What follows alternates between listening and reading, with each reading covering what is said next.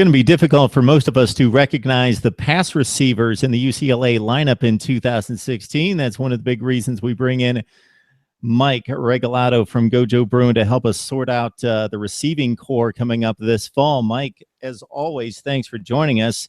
Jordan Payton was the man on the outside, 78 catches, 5 touchdowns, over 1,100 yards. He moves on to the Cleveland Browns. Devin Fuller, injured last year, only had 24 catches, but bigger stats for him as a sophomore and a junior. He's off to the Atlanta Falcons. And Thomas Duarte, a big receiving threat with 10 touchdowns and 873 yards, onto the Miami Dolphins. So obviously when you have 3 go to the pros, that leaves a gaping hole for a lot of youngsters to step into.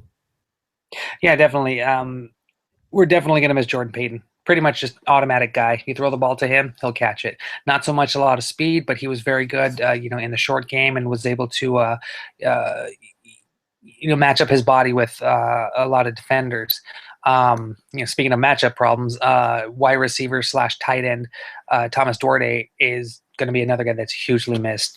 But he didn't have as many balls go his way, but when they did, he would just reach over defenders. He could run, and then when he could really catch the ball with Rosen putting the ball, just having some insane accuracy, and Duarte always seemed to catch the ball in the tightest of spots. So, and then Fuller, like you said, didn't have as much production, but was still an integral part of the receiving game. All of them are gone, as well as the spread offense with Noel Mazzoni, who's now at Texas A&M. The Bruins brought in, or actually not brought in, but they promoted running backs coach Kennedy Polamalu to offensive coordinator, and him and Jim Morris said that they were going to make some tweaks with the offense, and those tweaks are basically bringing the spread offense into a more condensed kind of power offense that is going to be utilizing fullbacks and tight ends a lot more. But it's not exactly going to be a pro-style offense, as and don't tell Jim Moore that, because he'll get mad at you. But for the most part, it's going to have a little bit more power to it. And we talked about how Rosen might do in it, and how the running game is going to be with 3 really good running backs and 2 actually several fullbacks. But how's the receiving game going to be? Well, for the most part, during the spring showcase, it looked very similar to last year with a little bit of tweaks. That seemed to be the key word of the off season. All the tweaks that they're making on offense. They still had their power formations with fullbacks and tight ends, but for the most part, they still had 3 or 4 wide receivers out there. So they're definitely going to be using a lot of the passing game next season. Just about how much is yet to be seen, especially since, with 3 guys who that had solid roles last year. What are these new guys going to do? Well, for the most part, one essential type of receiver that UCLA has been sorely missing is the speedster. They have an incoming freshman who enrolled early, Theo Howard, and kid is just looking really good so far. Not only does he have really good hands, but he can just run, just run for days, blow his, opponents, not blow them out of the water, but, just blow past them. And also Kenny Walker, who was, I believe he's a junior or senior this year. Either way, last couple seasons, he hasn't really been a solid guy because, he has hands of steel. But last year we saw some, flashes of, better pass receptions, as well as during the spring. If he can really improve his pass catching abilities, he's going to be another speedster that the Bruins can rely on downfield. And we all know that Josh Rosen can launch that ball, so that's good that we have some speedsters on it. But we also have one guy that really blew me away was Darren Andrews. Probably going to be the top receiver last year. He kind of came out of nowhere, and just every time the ball was thrown towards him, he would make some magic happen. Just cradle that ball in and get some extra yards for the Bruins. But they also have a lot of younger guys too, like Eldridge Massington, Mossy Johnson, Alex Van Dyke, who are going to be have to step up in the passing game. But one guy in particular, former starting defensive back Ishmael Adams, has now moved over to offense and is playing receiver. And that was kind of like a, what are you guys doing here? What's going on?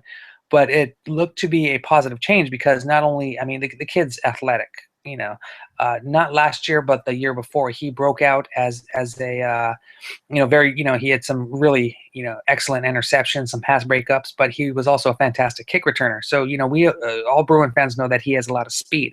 So now if he can just, put that together as a receiver, things are going to, be, look really good for him. And so far, Eric Yarber, their wide receivers coach, is pretty excited for what he's doing. And, one of the things he just has to, get used to the position, because technically he's only been a receiver for 4 weeks, so during spring practice. But one of the things that they liked is that he could he can get into the open, and he can cause that separation from defenders. So it's going to be it's going to be interesting to see how that develops in the fall. But for the most part, there's a lot of depth, all new for the most part. A few guys who had some say last year, but it's going to be all new next year. It would almost seem, Mike, as though Darren Andrews has not a lock, but is in a prime position to gain one of the starting spots after catching 43 passes last year and had really strong games against Oregon State and Washington State.